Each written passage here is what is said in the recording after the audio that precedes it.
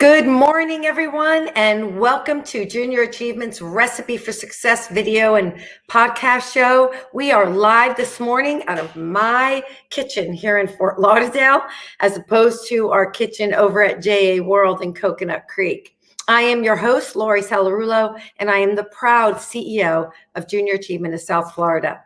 You know, this show was created to inspire our audience, which includes students that we serve through our programs, so that we could share the stories and journeys of business and community leaders and entrepreneurs as they share their ingredients to success. I have learned so much from our guests, and so I hope that if you've been watching our show, you have too. If you've missed a show or two, you are able to go back and check them out over on our website at jasouthflorida.org. You know, this month we also, we are always celebrating entrepreneurship and leadership as we are teaching and educating and preparing our students. But this month is a special month as it's Black History Month. This month is a time to reflect, as we do with many of our students who come from the Black community, on the experiences of Black history and honor the historic contributions of Black Americans. It's also a time to acknowledge that there is still so much work to be done as we move towards racial equality. At JA, our vision is that every young student, every child, will be prepared with the education, training, and opportunity to be prosperous and successful. And so this month's guest, or this week's guest, is someone that I got to know, and actually we connected through LinkedIn. You got to love the power of social media. We have a board member, though, that has the opportunity to work so closely with our guests. And so I wanted him to be a part of the introduction.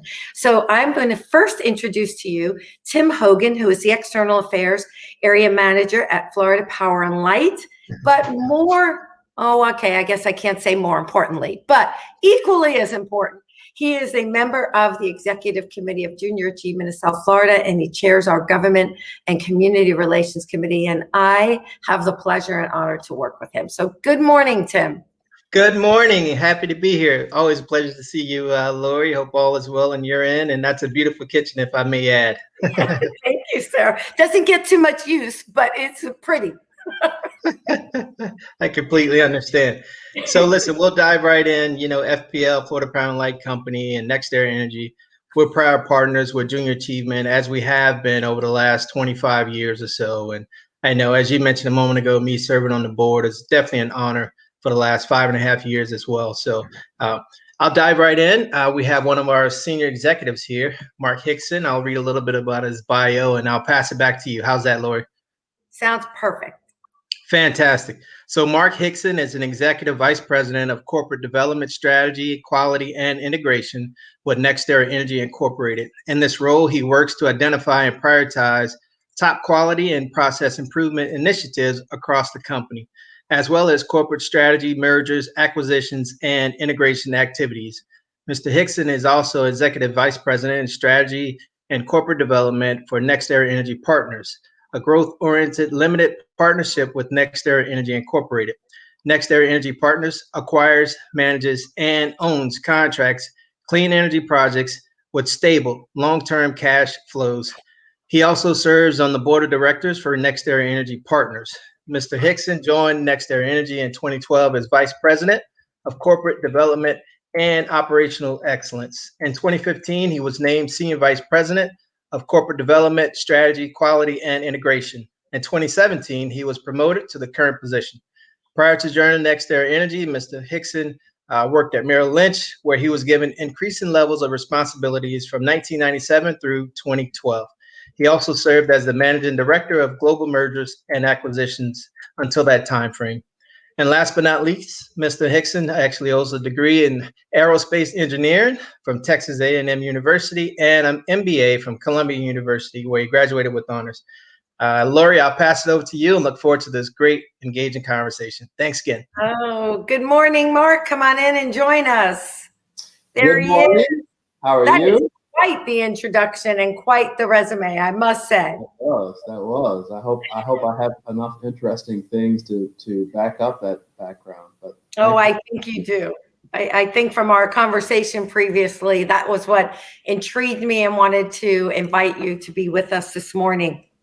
So just for a moment, we're going to talk more about you and your path. And I think it's so inspiring to hear how people's journeys, right, kind of take place. And sometimes that journey is never a straight line. But for a moment, let's talk about FPL and NextEra. I did notice about a week ago that NextEra Energy was #1 in the industry as on the Fortune's list of world's most admired companies. That's a pretty impressive honor. And I was curious to know, why do you think, what makes NextEra Energy one of the most admired companies in the industry? Sure. So for those of you on the phone that may not know a lot about NextEra, because our CEO, who I report to, always says that NextEra is the largest company that no one have ever heard of. And even when I drive around the neighborhood, I obviously live down here in South Florida, and I drive around the neighborhood, and sometimes I'm at a gas station or I meet a friend, and they say, "Oh, what are you doing back down here? Where do you work?" And I say, "Oh, I work at NextEra." And they said, "What is that?" And I say, "I work at FPL." They go, "Oh." So for those of you on the phone, NextEra has two principal businesses. One is that they own FPL, which provides about 60 to 70% of the electricity in the state of Florida to all of the population of Florida, so Southeast and up in the Panhandle. And the second principal business is we are the largest renewable energy company in the world. And so we make a lot of wind, a lot of solar, and battery storage. So those things are friendly towards climate change. Yeah. And so to answer your question, what makes NextEra head and shoulders above the other companies in the industry? And I will mention that you are correct that we were named #1 by Fortune. We have actually had that honor for 13 of the last 14 years. So it was only in 2012 that we missed that honor over the last 14 years. And what sets us apart really is our people, our culture of operational excellence, our culture of safety, our culture of getting better every single day. And what that has led to is the lowest cost amongst any utilities in the country, the highest reliability, and the highest customer service. And so our customers in Florida have a higher degree of customer satisfaction relative to other utilities across the country. In addition to that, we are credited with being at the forefront of this transition, this transition of the U.S., North America, in fact, because we're also in Canada, to renewable energy. We have a leading market share. We have #1 position in wind, solar, and storage. And so investors, the population in general, feels that the transition to renewable energy is something that we need to combat climate change, and we're at the forefront of that. So we also exhibit operational excellence in renewables as well, low cost, high reliability, customer reliability. And for all of those reasons, we are consistently ranked #1 in our industry. Well, we know just recently, right, last week, Tom Brady took the Bucks to the Super Bowl to win the Super Bowl. And, getting to the top, as they say, is, one thing, but staying at the top is another. So congratulations and kudos, because to sustain that level of quality and performance, we know is harder sometimes than getting there right to the top of the mountain. And so congratulations. And you talk about all of this, which of course, some of this goes a little bit over my head, being that I have a numbers and financial and business background. So energy and all of that. But you, sir, started out, your degree from Texas A&M was in aerospace engineering. And now you're in strategy and mergers and acquisition. And so it sounds like your journey certainly has taken, quite some curves in it. But talk a little bit about that, right? You started there, but I want you to, even if you could, go back before that. What made you get interested in engineering, right? Because here we are, trying to expose over 50,000 students to careers. How were you exposed to that career? What influenced you first to even go out for aerospace engineering? Yes, it's a great question. And it is probably the question that I always wanted to respond to the most on this call. And that's because I think there's probably a lot of kids in the audience that are in a similar position today as to where I was in the mid 80s when I was getting ready to graduate from high school. So I was a typical kid growing up in West Palm Beach, Florida. My parents were happily married. They continue to be happily married. They're in their 80s now. My parents did not even make it to high school, but yet they understood the importance of education. And so my mom was a maid, my dad was a plumber, and on that combined salary, which was definitely toward the lower income in the U.S., they put 6 kids through school. Wow. And when you look at those 6 kids today, all growing up in the same household, all very close knit, the only thing that really separates us in terms of our careers is the amount of education that we have. So I have 2 brothers that didn't really finish college, and they've been more in and out of jobs here locally. And then I and 2 of my sisters and 1 of my brothers finished college. And the 2 sisters, as well as the brother, they've had a consistent professional job for their entire career. And then in my case, I went back to get further education, a graduate, and then that really helped to propel my career even further. So the most important thing that I want the folks in the audience to hear is the importance of education, the fact that you can achieve your goals no matter what your situation is today. If you're in a low-income family, you don't have money, there's ways to get grants, there's ways to get access to money. If you have a desire to have a rewarding career, then education should be at the center of that. So I just wanted to make sure I state that at the outset, because when I was a senior in high school, like many, I didn't have a lot of interest. I actually, in fact, didn't want to go to college. And my mom just demanded that I go to college. And I think that's probably one of the best things that she did for me, because if she had left it to me, I was going to get a job like most people. And I said, oh, I'll go to college in a year. And then I may not have gone after that. And she was like, you are going right now. And I think that was a big sea change in the trajectory of the rest of my life. Now, as it pertains to aerospace engineering, I chose that without a lot of resources. In the 80s, you didn't have access to the internet and all this wonderful information that we have today. So I just went to the guidance counselor at our high school.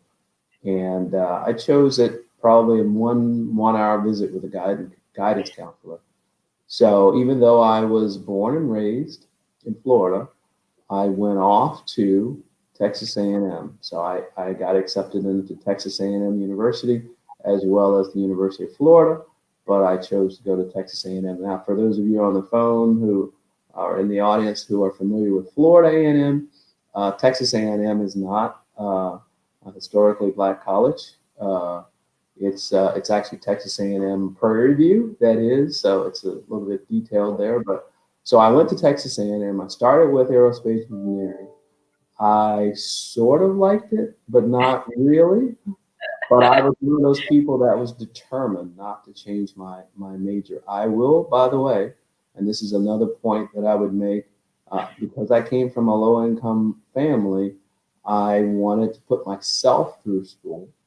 And so when I started in college in 1984, and this is going to shock some of the people on the phone, this is going to say further to how old I am, but I was an out-of-state resident in Texas, and I was being charged $40 a credit hour, and I thought that that was too much. So I took a year off from college, and I worked to become a resident of Texas, and I restarted. I did restart, but when I became a resident of Texas, the per credit charge for school went from $40 down to $4. So Wow.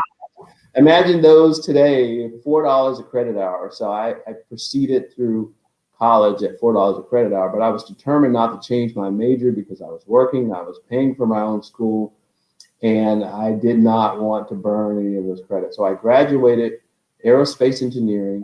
I started working at Boeing in Seattle, and a few years after I started working, I had the feeling like, you know what, this is maybe not what my long-term career path should be. And so I was about 24, 25 at that time. Again, this is the early 90s, so still really no internet. So I had to go to the Seattle Public Library, and I started doing research. And then I started finding out about finance and Wall Street. And so I decided to go back to school, and I went to Columbia Business School. So the twists and turn in my career early on was I almost didn't go to college. Even though I went to college, I was, so young at that time, 17, 18, 19, that I wasn't really interested in the subject matter. I managed to graduate anyway. Even in my last semester, I wasn't really focused on looking for a job. I had people saying to me about 2 months before I graduated, like, what are you going to do? I said, I don't know. I'll figure it out later. And they were like, that all of the corporations are just about gone from campus.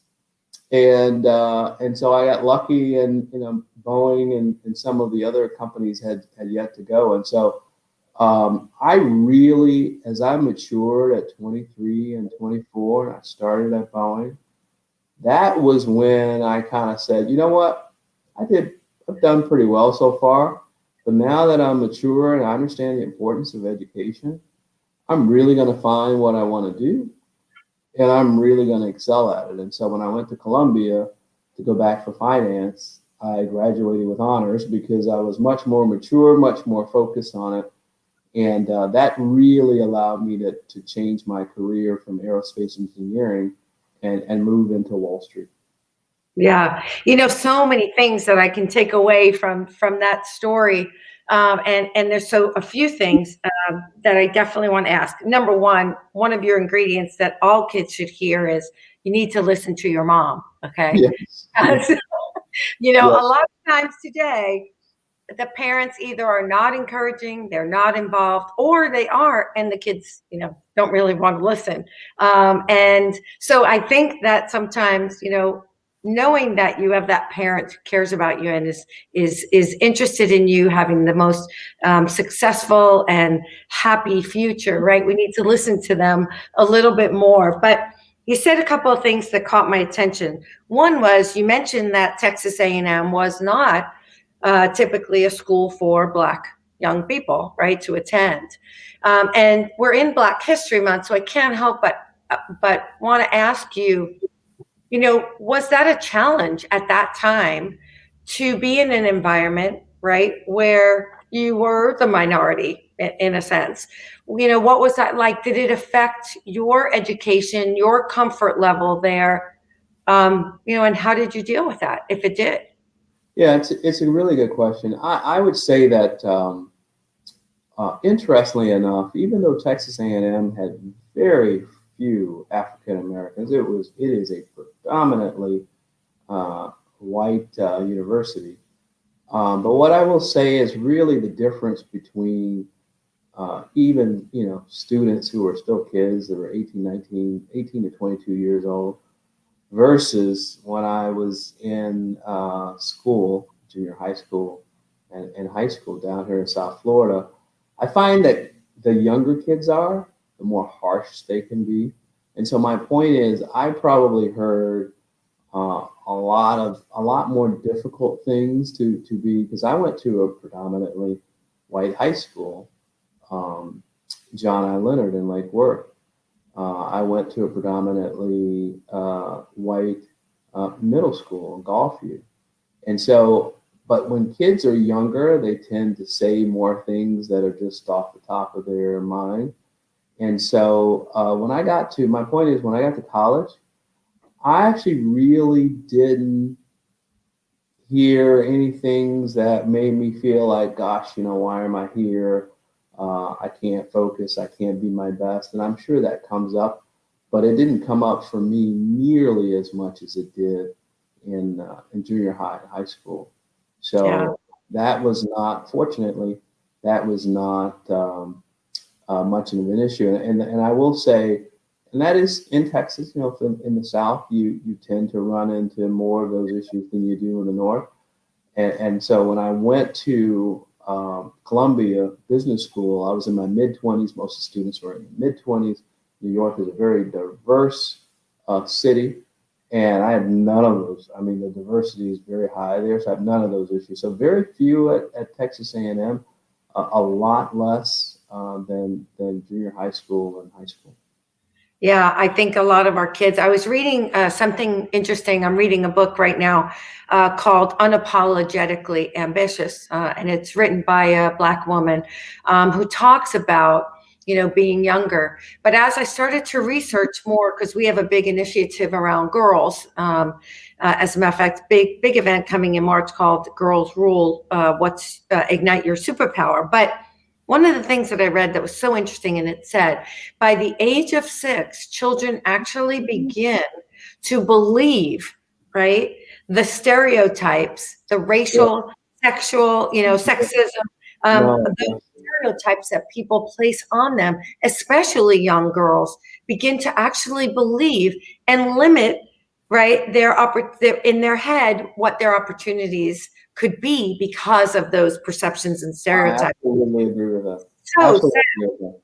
A lot of my perceptions of myself today were as a result of my experiences from 0 to 17 or 18, much more so than after that time.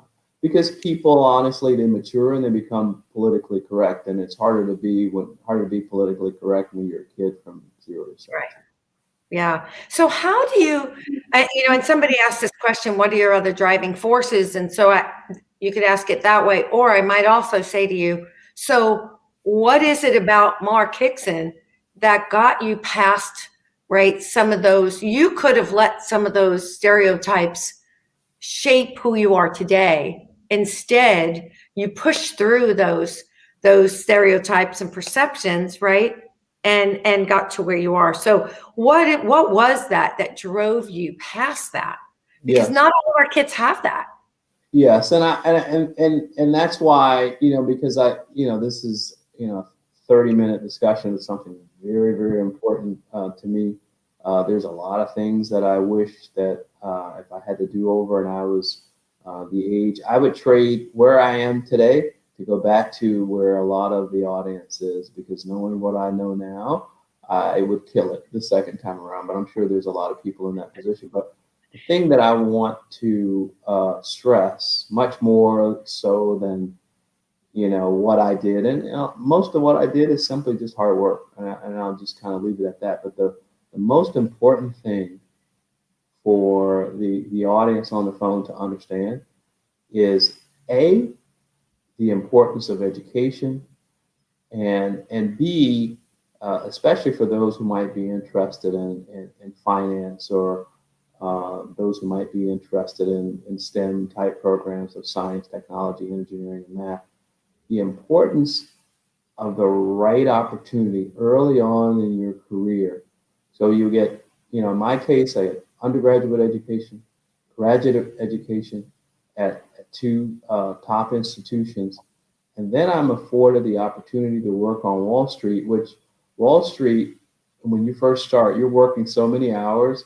It's really paid training. It's on-the-job training. And I learned so much there. So for those of you who are interested in finance, I really encourage you to think about going to a top university, undergraduate or graduate, and looking into the opportunities on Wall Street. I had the pleasure of hosting two incredible individuals as part of this Black History Month earlier this week. Frank Baker, for those of you who don't know him, he founded his own private equity firm, Cyrus Capital. He is doing wonderful things. He's been giving, paying off student loans for, 30 to 40 kids at places like Spelman. And so, and Francis, who's the chief operating officer at a very large money management firm. And next week, Friday, I have the pleasure of hosting Bio, who's the founder of Global Infrastructure Partner and the lead director of Goldman Sachs. Wow. These people are incredible people. What is my point? My point is they all started on Wall Street. They went to top universities, and then they spent 5 to 10 years of really tough on-the-job training at various Wall Street institutions, and it has set them up to do incredible things. I am perfectly happy with my career. I feel like I've had a successful career, but the people that I've been bringing in on my panel are just a whole other level. But my point is, we all started in the same place. Great financial institution to get graduate or undergraduate education, followed by on-the-job, 100-hour a week training for 5 to 10 years on Wall Street. That sets you up to do so many incredible things. So if folks on this podcast take nothing else away from my conversation, it's the importance of education, no matter what your family situation is. And again, I came from low income. I put myself through school. And it is the importance of going to the right institutions, and then after you finish at those institutions, to getting into some of these higher profile jobs where you get on the job training. It will, because sometimes you say, well, how did Mark Hickson get to this place? Or how did Robert Smith get to this place? Robert Smith graduated 3 years before me at Columbia University. Guess where he started? He started out on Wall Street. There's a theme for all of these successful individuals in the finance space. Yeah. So I'm trying to keep my message succinct for the youth. I love it. You know what? Importance of education, no matter what your financial situation, and on-the-job training at top institutions, whether it's Amazon, Apple, Goldman Sachs, that is the foundation of putting you in a situation where you can get to a position like I am today, or well beyond, as some of these other individuals are. Yeah, I love it. And I think that's one of the reasons why I'm so passionate about what we do at Junior Achievement, right? Understanding, even if you don't go into the field of trading or financial management, understanding the market, understanding investments, understanding savings and borrowing and interest, and all of those things is so important, right, to our success. I remember when this COVID hit, I always had these conversations with my daughter, and of course she did JA when she was younger. And I said, are you okay? Do you need help? Because she has her own place and she's working and going to school. And she said, Mom, I got this. She said, I've got $7,000 in the bank. I've got enough to pay my rent for almost a year. She said, my credit score is clean. I'm good. And I'm like, oh, she was really listening, right? But so here's a kid, right, who could have needed help and ended up coming back home or whatever, but she listened, she took that education, right, and she started to build her own financial independence, right, and foundation. So important. Yeah, it is a really great point that I've glossed over. Because what I learned on Wall Street is finance. And so one of the biggest things that I do is manage my own portfolio. So I have some money with a money manager. but I love the market. I mean, I have my favorite stocks. So I have my coronavirus plays, I have my recovery plays, and just having an understanding of how to do that instead of individuals consistently working or continually working for their money throughout their career, having their money work for them is really an important distinction. And so I totally agree that everyone on this podcast, whether you are an engineer, whether you're going to go into technology, if you have no interest in finance, it is really important that you get at least some foundational understanding so that you can manage your affairs on a day-to-day basis once you get off into your career. So being able to know what a 401k is or a Roth IRA is, and be able to start to put money away for your future, your kids' education, your kids' retirement is so important. You know, it's funny. I was talking with a teacher who teaches our programs in 8th grade at Finance Park, which has a real focus on personal finance, financial education, teaching all of this as well as career exploration. And she ran into one of her students who had just gotten a job. And the student was all excited, telling she had graduated high school, or she was, I think, a senior in high school.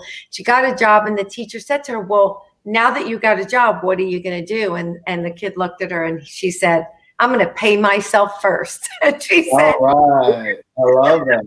Right. So if they can just begin to use the very basics that we teach them, and some of it is much more advanced, right, they would be so much better off, especially when you look at what's happening today in our world and how many people are struggling financially, right, and facing the hardships of not having been prepared for a time like this, you know, financially. So, so many amazing ingredients to your recipe. I'll just read off some of the ones that I pulled out from our conversation. If I heard this once, I heard it at least 5 times in this conversation. The importance of education, right? Make sure to go and get your education. And in our case, you know, we tell kids, if it's not college for you, then find a trade.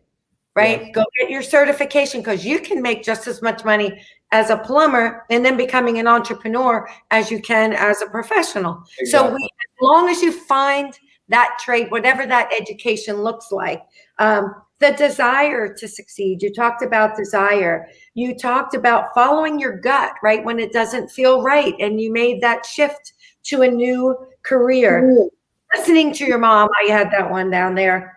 For sure, hard work, making sure that you're open to the right possibilities and opportunities. You talked about the amazing people that you worked with on Wall Street, mentors, right, who probably had a lot to do with shaping you and your future. Determination. I loved when you talked about responsibility for education. No entitlement with you, Mark Hickson, right? You went to get a job so that you could become a resident and pay for your own education. That independence, right? Taking responsibility for your life and your future. I love it. And such a great lesson for our kids. You talked about, you know, how we all start someplace. And so having that hard work and that ethic and that drive is so important. And then, of course, getting that job experience. And so all of those things and more that you talked about, I always ask our guests at the end of every show, Mark Hickson, what is your main ingredient to success? It is hard work. But more importantly, at this point in my career, it's really a lot of mentoring myself and teamwork, and I actually have been, you know, I interview people from time to time to come work within my organization, and over the last month or two, I've had, you know, some of those individuals will say, you know, I did some diligence on you, and I heard that you're great to work for, and I heard, well, your work is really interesting in what you do. So that is, you know, what I want to be my hallmark for the rest of my career. And the second thing that I would say that I'm absolutely excited about, because I've always been an advocate for African Americans within the workplace, is that we have, as a result of the events that took place in the second quarter of last year around George Floyd and others, We have started a number of really interesting racial equity initiatives at this company.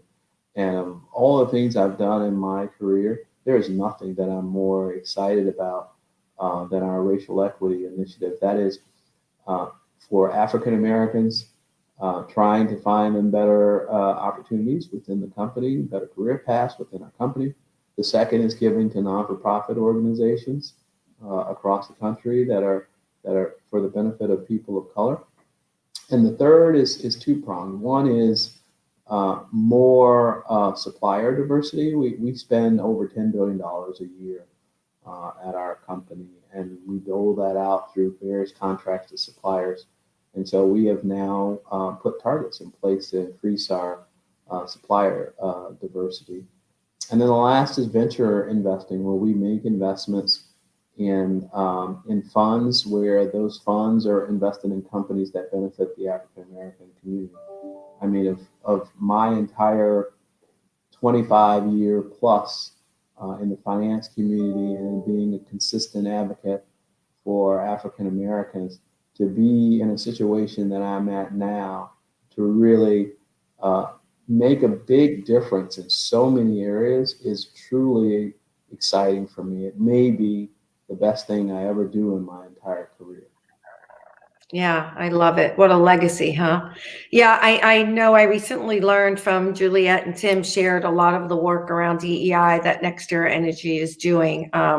Really admirable. And we need more companies to walk the walk, right? And to really do the work. Right, not just talk about it. And so kudos, and probably another thing that puts you on that number one most admired company list. So so I look forward to seeing all the progress and everything that the organization will do around that. And Junior Achievement is here as a partner to FPL NextEra, and we look forward to it. And it has been such a pleasure.